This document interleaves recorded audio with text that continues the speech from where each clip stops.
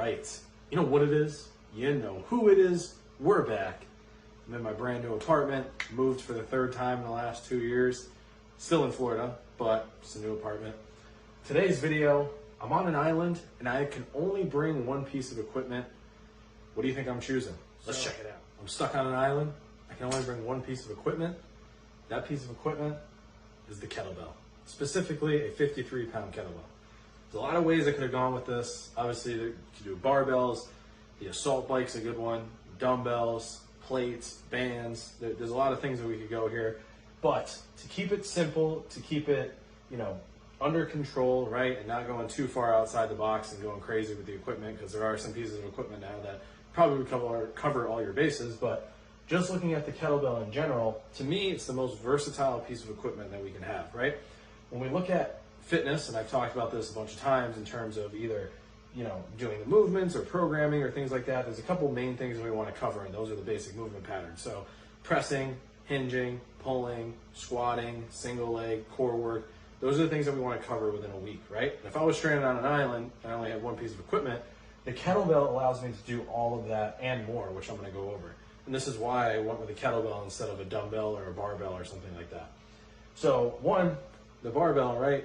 You need other stuff to use it. I know a 45-pound barbell can be pretty useful, but you kind of need plates to use it outside of the actual movement itself to progress it and whatnot. Dumbbells, there's some factors that I'm gonna go over in a second why I don't think they're as versatile as a kettlebell, but definitely are a good choice. So when we're talking about versatility within equipment, right? So the most versatile piece of equipment, because we can do all these different patterns. We have the pressing pattern, the pulling pattern, the swinging pattern, the squatting pattern.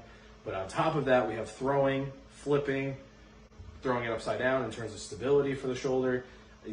We can throw it to each other. If we have a partner on the island, we can throw it to ourselves. We can flip it and catch it if you've ever seen stuff like that. But some of that stuff can't be done with a dumbbell, can't be done with a barbell, can't be done with plates or anything like that.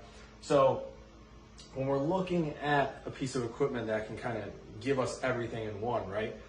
It's a kettlebell at the specific weight, which I picked 53, or the right weight for you, that you can do all those movements in one.